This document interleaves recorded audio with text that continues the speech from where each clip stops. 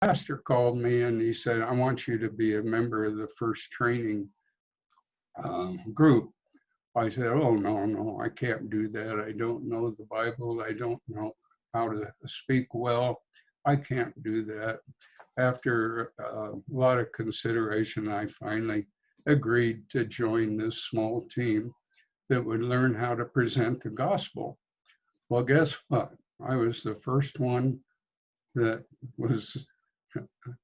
gave my heart to Jesus. And so the program was really a success. I had given my life to Christ, so I dedicated my practice to him as well, and I was just working for him. Things went well for a while, and then there's a fellow that came to our church from Alaska. He was a dentist, and he was looking for a practice to buy. And I was introduced to him, and I said, no, I don't know of anybody that's ready to retire.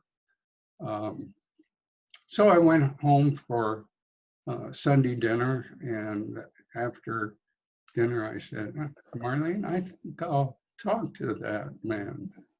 And so I was able to contact and called him up. He came over that evening, and we started negotiations to transfer my practice. That scared the dickens out of my wife, because she said, what are we gonna do for money? And so I did transfer the practice, and I always wanted to be a missionary. I'll go back to 1976, the year of the Great Flood in Loveland. You remember that?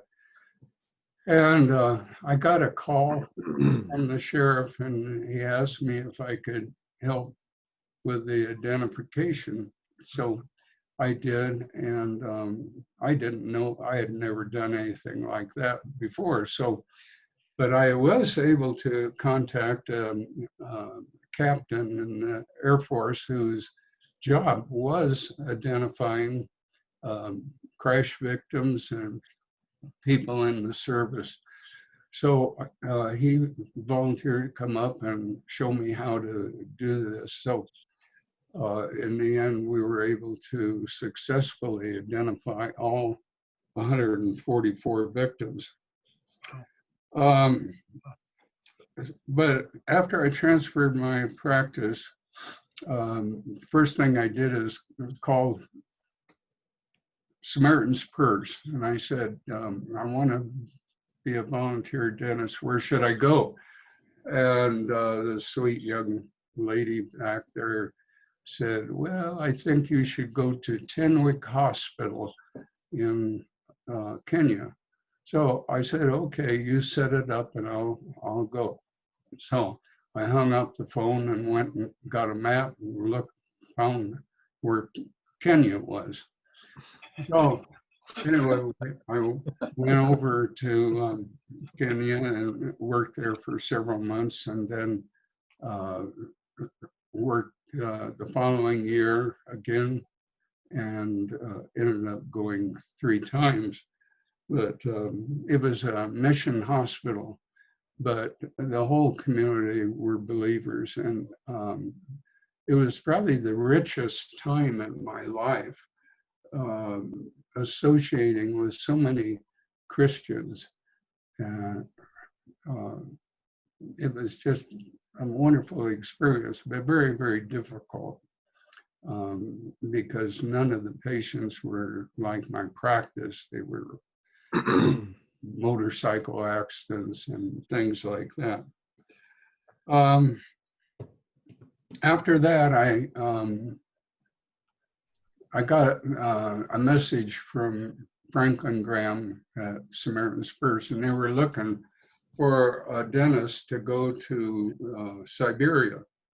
And apparently they couldn't find anybody, but I didn't know this, but I volunteered, and I guess I was the only one stupid enough to go to the Arctic. So um, he and I flew over to Siberia and in the Arctic, and he put me in this little village, and then he went back and got in his plane and flew home.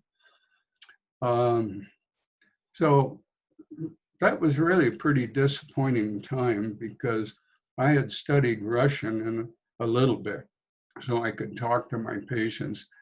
And I got over there and I found none of them spoke Russian. They spoke a Yupik dialect.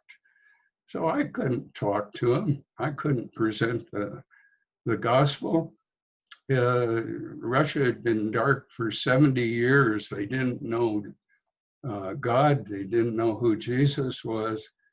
So I felt like a real failure. It was an expensive mission for Samaritans Purse to set me up over there. And the weather was bad, the food was bad, and illness and everything. So I came home finally, and I was depressed for several months because I was a failure. And so I decided, well, I'll start writing. And I wrote a book called The Forgotten Edge of Russia. And that really helped me to deal with that. Well, then I received a job. I got a job on Holland America. And for 10 years, my wife was my assistant, and we traveled on their ships. And we kind of had an underground ministry. I'm sure if they knew what I was doing, I'd probably be kicked off the ship. But we took a lot of Gideon Bibles and we would pass those out. And we had a very good relationship with the Indonesian crew. One day, I found out that Dr. Stanley was on board ship, and he had a following of about 400 people, and they would have teachings during the day, and I'd sneak up from my clinic and I'd sit in the back and listen to him. And one day he had a book signing, so I went up and I went through the line, and when I got up to him, he shocked me because he had an incredible mind and memory.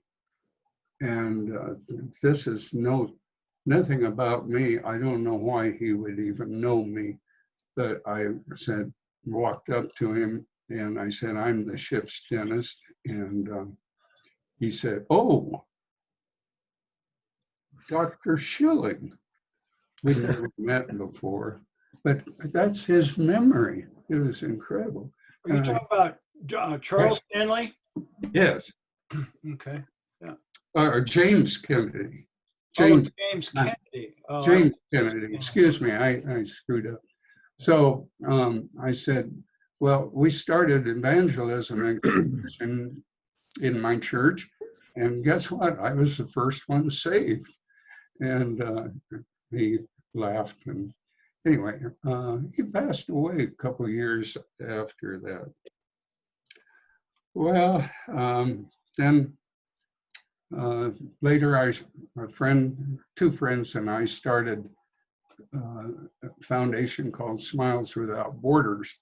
And we started putting dental clinics in third world countries, primarily in Mexico. We have about 10 clinics down there in schools, free clinics for children. And but right now with the virus, they're all closed. Our last installation was in an interesting place in northern India. there is a small enclave up there of all Christians. The whole province is 96% Christians. And the hospital was created by a Christian doctor who later moved to Denver. But anyway, we set up a real clinic up there, and it's working very, very well. So anyway, today, most of the time I spend trying to manage that foundation and doing some writing and some painting and illustration. And I'm just praising the Lord for the plan that he had for me. I'm just so grateful. Thank you, Lord. So that's the end of my story, and I am excited to hear about the rest of you guys. And I think maybe we can get together and learn more about each other. And so let's do it again. Thank you, Mike.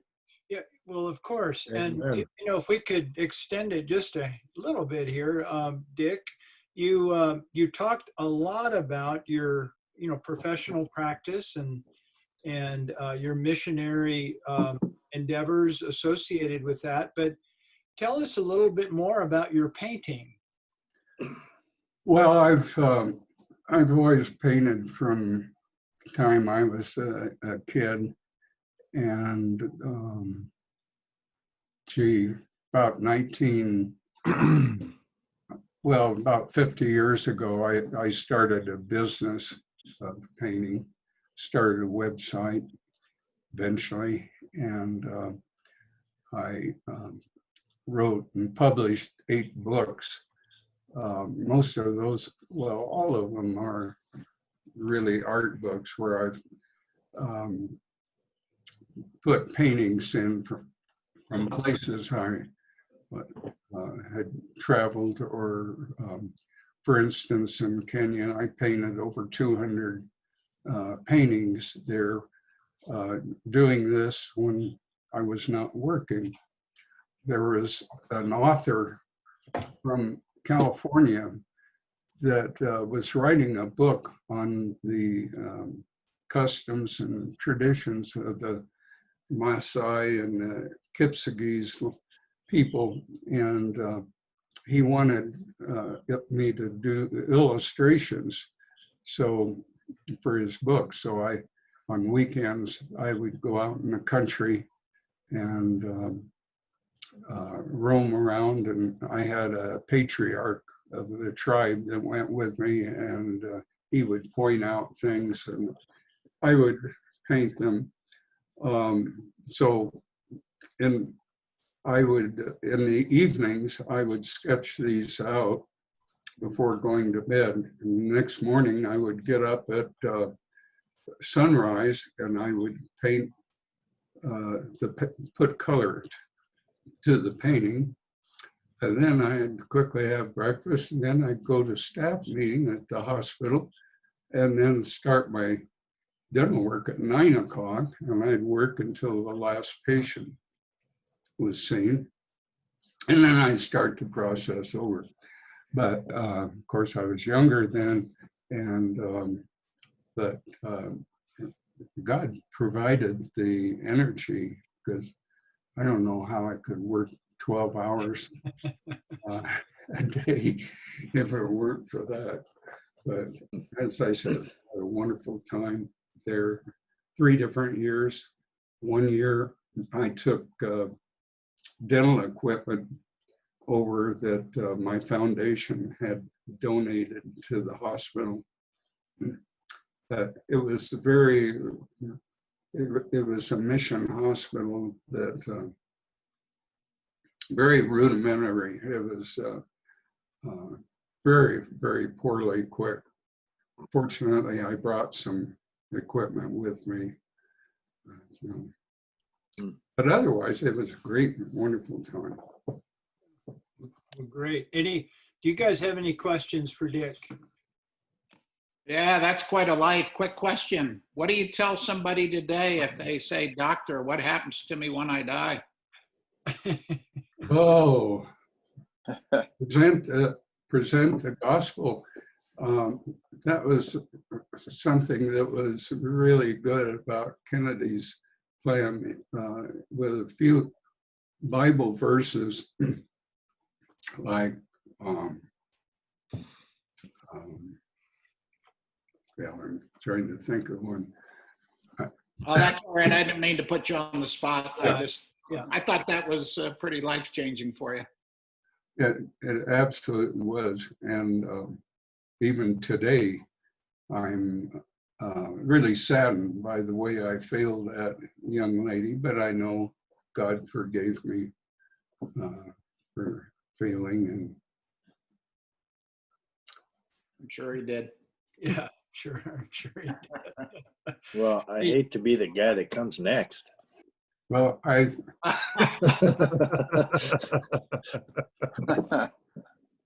grew up a poor black man. No, I'm just kidding.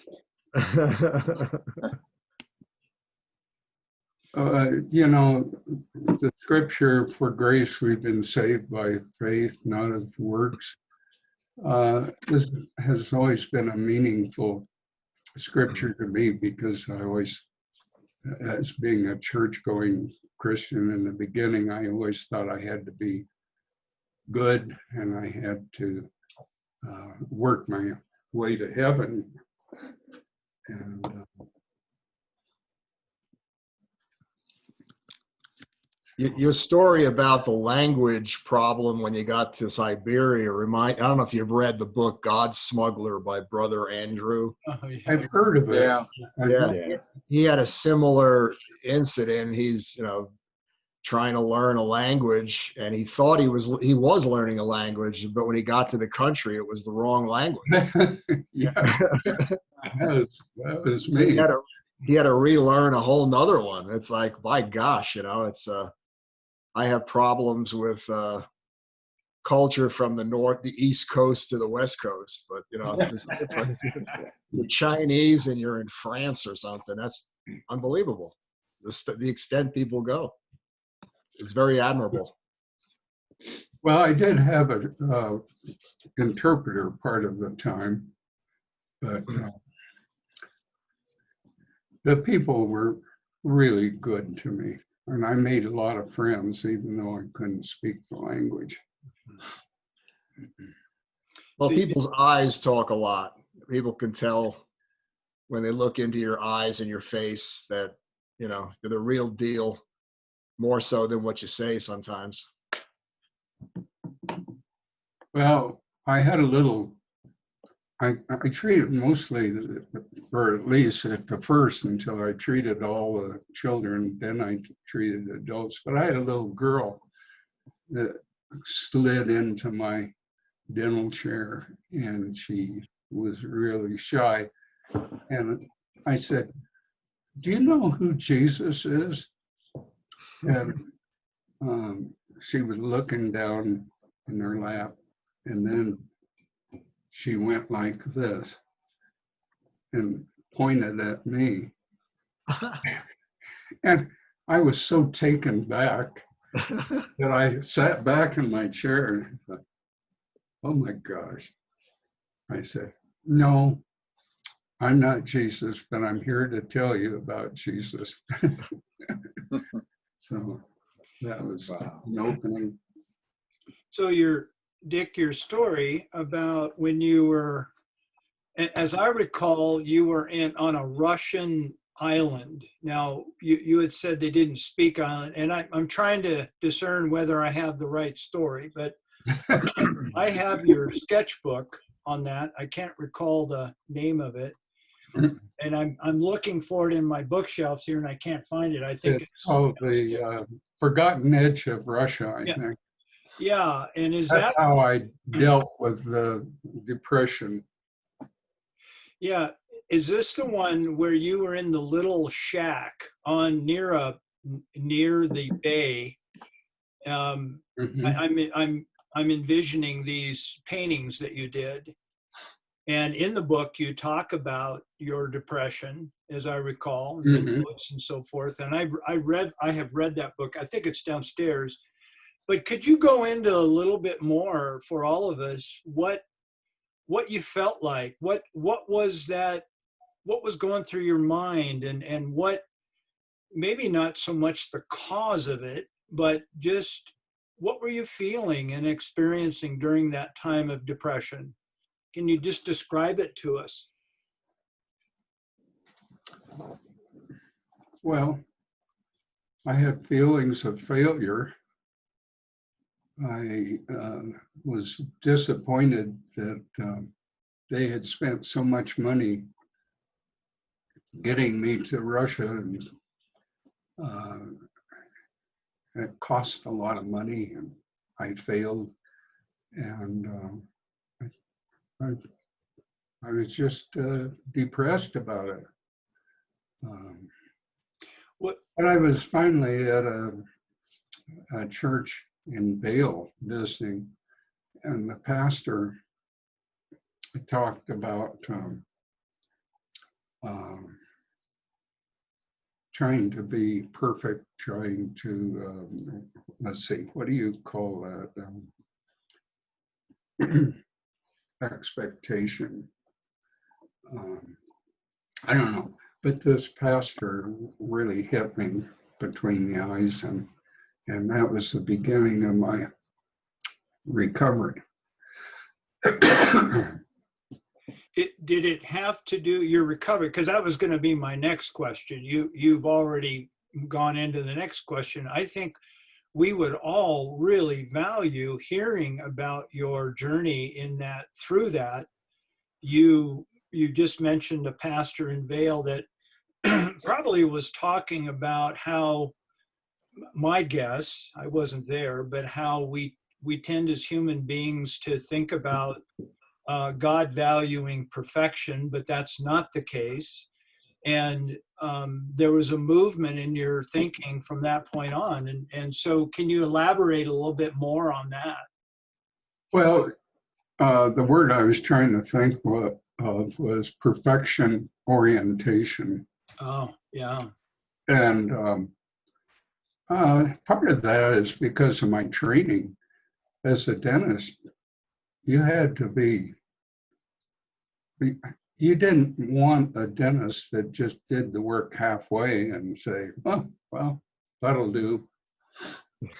You want perfection.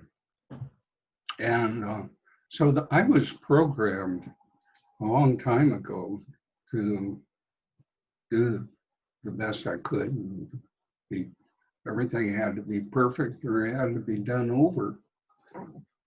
So a lot of it was my bringing up and my education.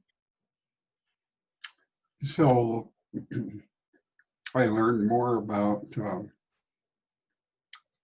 perfection orientation, and realized that Jesus wasn't interested in that. He wanted me to be faithful.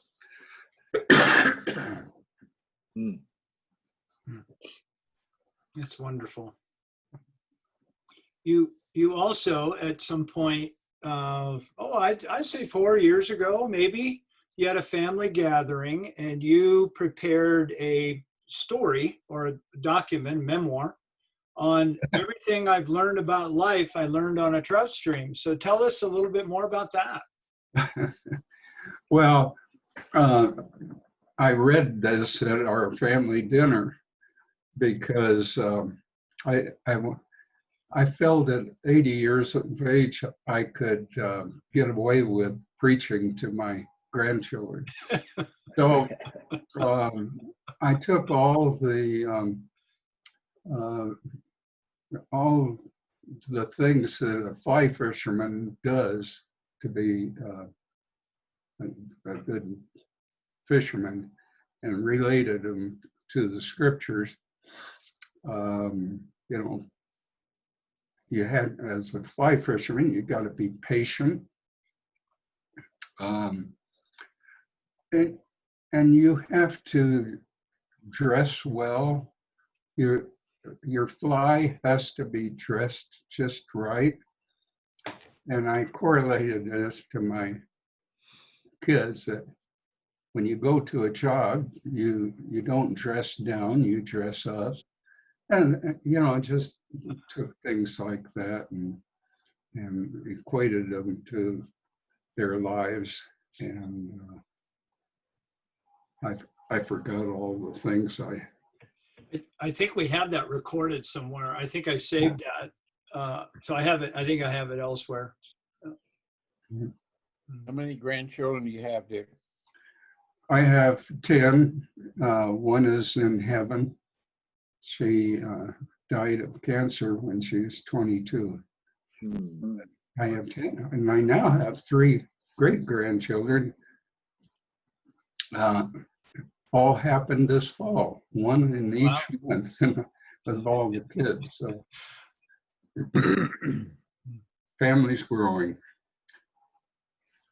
Well, you're nice, Mike, to devote so much time to this. Well, Dick, I will say unprecedentedly that you are on a very short list, one of the finest men I have ever known. And the influence that you have had in my life is just phenomenal. Your character, your sense of values, your inspiration to me, you're taking time to teach me the art of painting, and your input has just been so valuable to me. I deeply love you and respect you for who you are, the man you are. Oh, thank you. Thank you so much, Mike. Yeah. And thanks for We go sharing. back a long ways because Yeah. just as soon as I sold my practice in '92, I started coming to this Bible study because I heard about you. So that's what, 30 years ago. Yeah. Well, You haven't changed hardly. well, you'd have to ask my wife about that one. So Well, thank you, gentlemen, for your ear. yeah, thank you. Thank And so you. what I will do on Good day. occasion, I'll contact you guys and see if who would like to do it. We'll just do this periodically as we kind of go through here. So I'm going to stop this recording because I wanted to capture that.